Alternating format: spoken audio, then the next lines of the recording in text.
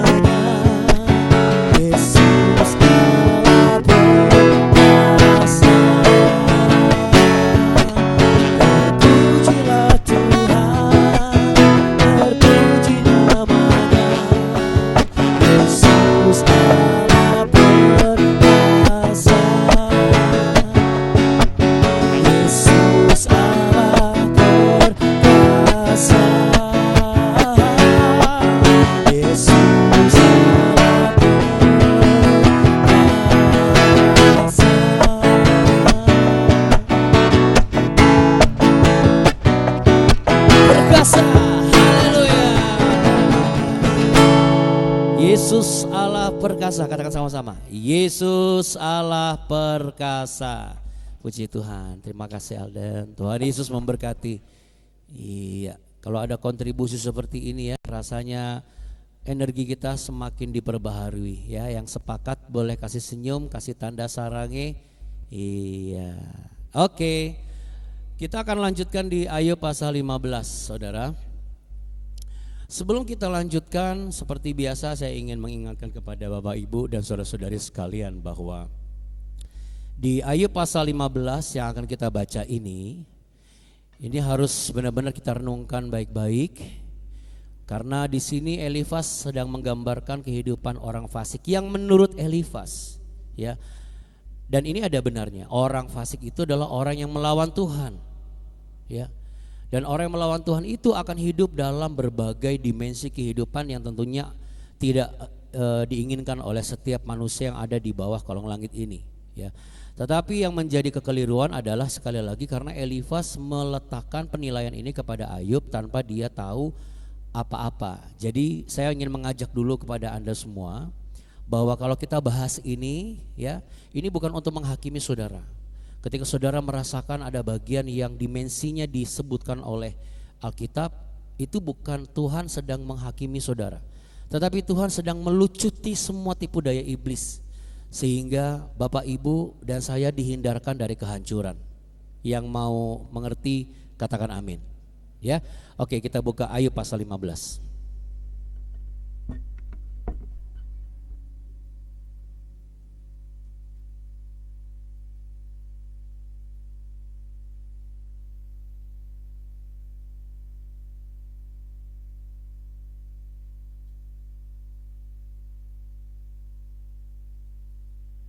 Ayub pasal 15, kita mulai baca dari ayat yang ke-17.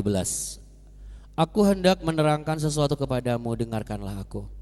Dan apa yang telah kulihat hendak kuceritakan, yakni apa yang diberitakan oleh orang yang punya hikmat, yang nenek moyang mereka tidak sembunyikan. Ketika hanya kepada mereka negeri itu diberikan dan tidak ada seorang asing pun masuk ke tengah-tengah mereka. Orang fasik menggeletar sepanjang hidupnya. Demikian juga orang lalim selama tahun-tahun yang disediakan baginya. Bunyi yang dahsyat sampai ke telinganya, pada masa damai ia didatangi perusak. Ia tidak percaya bahwa ia akan kembali dari kegelapan, ia sudah ditentukan untuk dimakan pedang. Ia mengembara untuk mencari makan entah kemana, ia tahu bahwa hari kegelapan siap menantikan dia. Ia ditakutkan oleh kesesakan dan kesempitan yang menggagahinya, laksana raja yang siap menyergap. Karena ia telah mengedangkan tangannya melawan Allah dan berani menantang yang maha kuasa. Dengan bertegang leher, ia berlari-lari menghadapi dia dengan perisainya yang berlapis tebal. Maka mukanya telah ditutupinya dengan lemak dan lapisan lemak dikenakannya pada pinggangnya. Ia menetap di kota-kota yang telah hancur, di rumah-rumah yang tidak dapat didiami orang, yang ditentukan untuk tetap menjadi reruntuhan. Ia takkan menjadi kaya dan hartanya tidak kekal, serta miliknya pun tidak bertambah-tambah di bumi. Ia tidak akan luput dari kegelapan. Tunasnya akan dilayukan oleh nyala api dan ia akan dilenyapkan oleh nafas mulutnya. Sampai di situ dulu, saudara. Jadi orang fasik adalah orang yang melawan Tuhan. Ya. Ada ketakutan, ada tekanan, ada kegelisahan dan pada akhirnya kehilangan segala sesuatu yang menjadi kebanggaannya atau kepunyaannya. Ya, ini prinsip yang benar bahwa manusia itu tidak akan pernah menang melawan Tuhan. Melawan Tuhan ini dalam konteks melawan sesuatu yang sebenarnya sudah menjadi kesepakatan antara si manusia itu dengan Tuhan pada awalnya. Tetapi karena manusia ini sudah dilengkapi dengan banyak hal, sehingga dia merasa dia berhak untuk menikmati apa yang dia pandang baik. Sehingga apa yang menjadi bagian utamanya, apa yang menjadi panggilan utamanya itu dilupakan. Ya, ini prinsip yang benar, tetapi penerapan kalau diterapkan kepada Ayub salah. Kenapa? Sekali lagi, Karena kita sudah baca kitab Ayub. Jadi kalau misalnya kita jadi posisi Elifas, apakah 100% salah? Tidak juga. Kenapa kita bisa tahu Elifas salah? Karena kita sudah baca kitab Ayub, ya. Tapi itu bukan menjadi pesan penting lagi karena itu sudah dibahas kemarin. Pesan penting hari ini adalah jangan sampai, ya saudara, kebenaran yang benar-benar bisa menjadi satu tumpuan kehidupan kita untuk berubah malah menjadi salah. Ketika kita salah mengerti akan kasih, salah mengerti akan kepekaan dan keadaan di mana kita itu sudah kenal sama yang namanya Tuhan. Pesan utama di pembacaan kita dari ayat 17 sampai ayat 30 itu ada di ayat 25. Ya. Karena ia telah mengedangkan tangannya melawan Allah dan berani menantang yang maha kuasa. Apa itu mengedangkan? Dalam transliterasi bahasa Ibrani dari kitab aslinya dikatakan begini. Ki nata'el el yado ve el shaddai yit kabar. Ya, ki nata'el yado ve el shaddai yit kabar. Artinya sebab ia bukan mengedangkan tapi mengulurkan tangannya melawan Allah dan membesarkan dirinya terhadap yang maha kuasa. Karena ada kata kunci yid gabar di situ. Apa yid gabar? Yid gabar itu dari kata-kata kunci kata dasarnya adalah gafar. Gafar itu pengertiannya merasa sudah kuat sehingga menunjukkan kekuatan dan berlaku seperti orang perkasa. Dan akhirnya ia membesarkan atau meninggikan diri. Jadi dia menyeleksi mana yang pantas buat dirinya, mana yang tidak, mana yang berhak buat dirinya dan mana yang tidak. Jadi bentuk yid gabar ini memberikan gambaran kalau kita yang berusaha menunjukkan saya berhak loh Tuhan, kan Tuhan sudah berkati saya. Saya berhak loh Tuhan karena saya sudah punya segala sesuatu ini. Saya berhak ya Tuhan, saya sudah pernah janji nih sama istri saya, sama anak saya, sama keluarga besar saya dan lain sebagainya. Apakah ini menunjukkan melawan Tuhan? Yes, karena makna teologis lain dari gramatikal ini adalah aku tidak membutuhkan apa yang sudah menjadi kesepakatanku pada Tuhan dengan Tuhan pada awalnya. Jadi dengan kata dasarnya adalah sederhananya begini, I don't need you God, saya tidak membutuhkan engkau Tuhan. Saya tidak butuh rencana Tuhan, saya tidak butuh bagaimana Tuhan mengizinkan saya bekerja di sini atau melayani di sini atau sekolah di sini, saya nggak butuh itu. Kenapa? Karena saya dapat mengatur diri saya sendiri. Karena begitu saya ikuti jalan Tuhan, saya itu makin sengsara, saya itu makin susah. Dan saya bisa menjalani hidup sesuai dengan apa yang saya mau. Saudara, ini sama saja kita mengangkat pedang untuk melawan Tuhan. Dan ini adalah akar kesombongan rohani yang paling bahaya. Karena ini bukan sekedar berbicara kasar kepada Tuhan, tetapi kita menjalani kehidupan benar-benar seolah-olah kita itu tidak membutuhkan Tuhan lagi. Ya. Jadi poin pertamanya adalah jangan pernah sesekali kita merasa kita berhak. Ketika kita merasa berhak, apa yang kita pandang baik, lalu itu membuat kita meninggalkan sesuatu yang utama. Kita itu sedang membesarkan diri di hadapan Tuhan, dan Tuhan tuh benci itu, saudara. Ya. Ketika saudara membesarkan diri di hadapan manusia, bukan cuma manusia yang benci, Tuhan pun juga benci. Karena mengedangkan itu artinya sekali lagi mengulurkan tangan melawan Allah dan berusaha menunjukkan kekuatannya terhadap Shaddai, El Shaddai atau Elohim Shaddai, Allah pencipta yang maha kuasa. Ya, tapi secara logika aja manusia tuh nggak mungkin bisa benar-benar lebih kuat daripada Tuhan lah. Jadi masalah utama ini bukan kekuatan fisik, melainkan sikap hati yang menolak untuk taat, untuk tunduk dan untuk setia. Oh saya taat kok tunduk sama Tuhan, tapi kalau misal taat sama tunduk sama organisasi, taat sama tunduk sama perusahaan, taat atau tunduk sama manusia itu nanti dulu. Oh nggak bisa. Hari ini Roh Kudus memberikan peringatan yang keras buat saudara dan saya. Kita bisa saja menyanyikan lagu rohani di depan mimbar, kita bisa memainkan lagu rohani, kita bisa ikuti ibadah, bahkan aktif dalam pelayanan. Tapi kalau diam-diam terus sekali melawan Tuhan, maka kita akan menjadi orang-orang yang menghunus atau membuka pedang di hadapan Tuhan. Kenapa begitu? Karena melalui setiap keputusan demi keputusan yang kita anggap kita berhak. Kita meminta Tuhan memberkati rencana kita.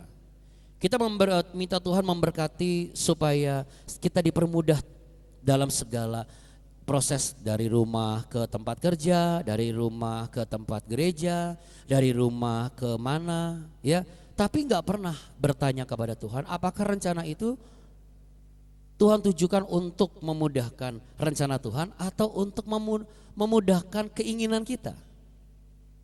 Kita berdoa supaya Tuhan buka jalan, tetapi kita menolak ketika Tuhan minta kita bertobat. Kita berkata Tuhan kan raja, tapi tanpa sadar kita tetap mau mengambil alih dan memegang kehidupan kita sendiri. Ini tahta saya Tuhan. Saya gara-gara ambil ini, gara-gara saya kerja di sini, malah saya jadi berantakan semua. Masalah manusia itu bukan karena ia terlalu lemah, saudara, tetapi karena seringkali merasa terlalu berhak, sehingga seringkali dia melawan Tuhan. Apa hasilnya kalau kita terus memupuk kebiasaan seperti ini? Kita akan menjadi seseorang yang terus menolak arahan Tuhan. Kalau orang rendah hati bertanya begini, Tuhan apakah yang kau kehendaki? Setelah engkau berkati, setelah engkau perlengkapi, apa yang kau kehendaki? Tapi kalau orang yang meninggikan diri, yang dimaksud dengan gawar ini atau giat gawar ini adalah Tuhan, kan Tuhan sudah kasih saya. Emang gak boleh kalau saya mau membahagiakan keluarga saya, mau membahagiakan rekan kerja saya, mau membahagiakan.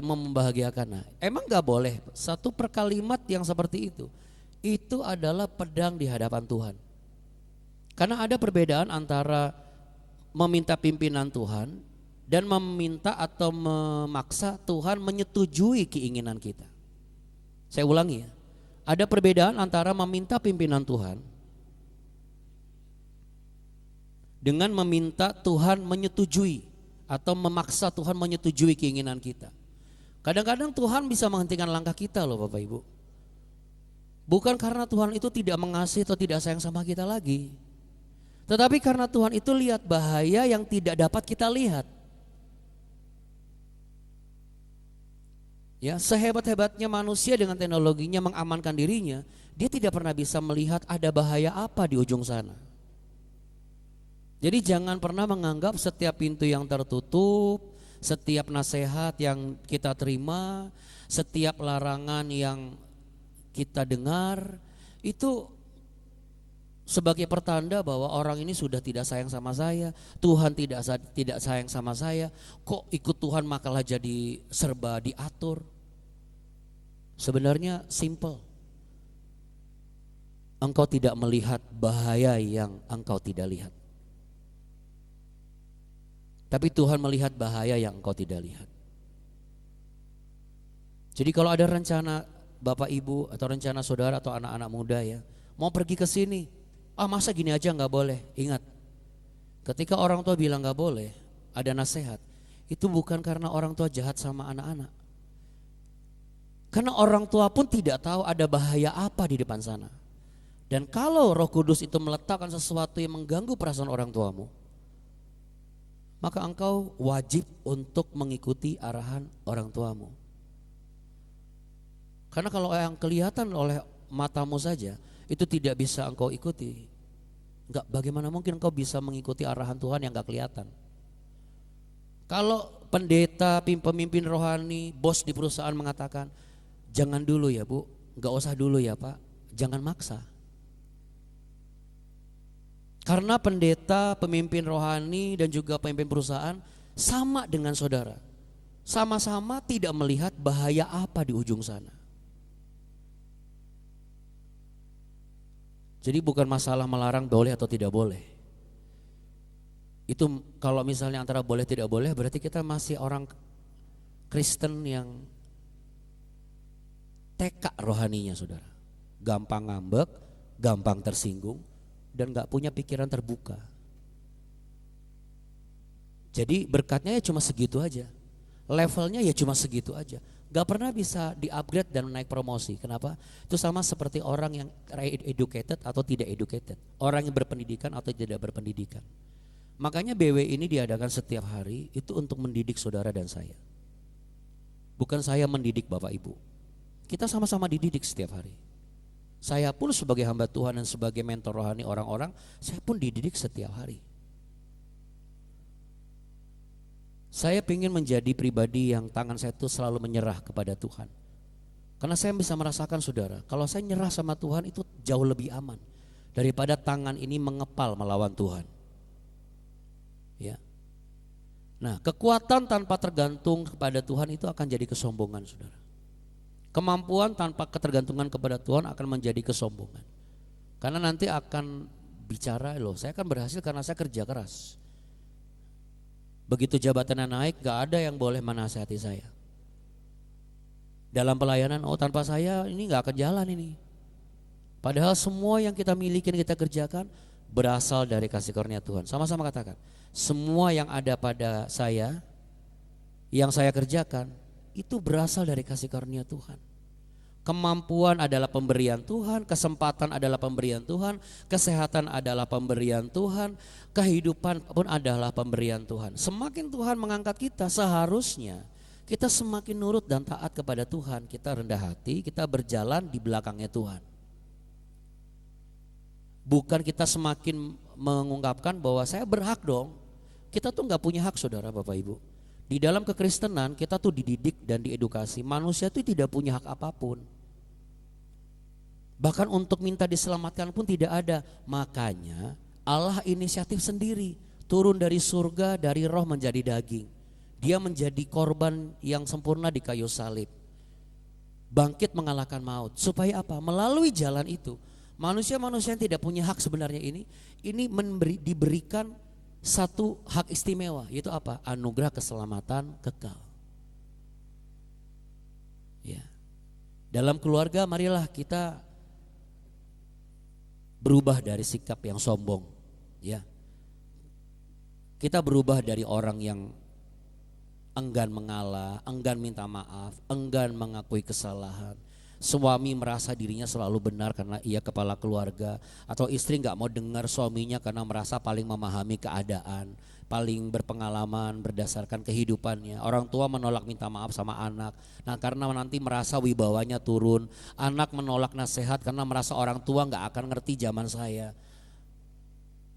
Coba tinggalkan sikap-sikap ini semua. Kalau kita meninggalkan ini semua, niscaya saya sangat yakin dan percaya, jalan terjal yang sedang kita hadapi ini tidak akan untuk selama-lamanya ada di hadapan kita. Karena ini bisa jadi kebocoran-kebocoran juga dalam kehidupan kita, saudaraku. Ini adalah lubang-lubang di mana iblis itu bercokol di situ. Mari kita belajar untuk berani mengatakan, oke, papa salah. Maafin ya, aku salah Pak, Ma. Ya, anak-anak, orang tua, setiap anggota keluarga, ya. Berani mengatakan saya salah, ampuni saya. Lalu yuk mari kita berdoa dan cari kehendak Tuhan. Mari hari ini jangan lagi kita mengizinkan ego itu besar di rumah. Makanya berkat begitu kecil karena apa? Ego kita masing-masing kegedean saudara. Berkat di kantor kecil, berkat di pelayanan terasa kecil, berkat di rumah terasa kecil. Jawabannya adalah apa? Karena kita terlalu besar egonya masing-masing. Merasa berhak untuk menunjukkan ini hak saya Tuhan. Saya berhak dong begini. Sekali lagi saya katakan, saudara dan saya tidak punya hak apapun. Kalau kita diberi keselamatan itu adalah anugerah Tuhan. Satu-satunya cara adalah kita merendahkan diri dan belajar untuk menerima dan mendengar nasihat. Orang yang dewasa rohani adalah orang yang bisa mendengar, berani taat dan tunduk dan tidak mengedepankan keinginan dan kepentingan pribadi. Bahkan dunia saja dalam organisasi, kepentingan golongan harus di atas kepentingan pribadi. Kepentingan bersama harus di atas kepentingan pribadi. Gak bisa kepentingan pribadi minta tolong didispensasikan karena apa? Kan hak saya. Gak bisa saudara. Kita hindari sikap paling pintar. Ingat semua ini kasih karunia Tuhan dan dukungan banyak orang. Teamwork atau kerja tim bukan cuma di kantor, di gereja, di mana lagi? Di rumah, di mana lagi? Di sekolah, di kampus.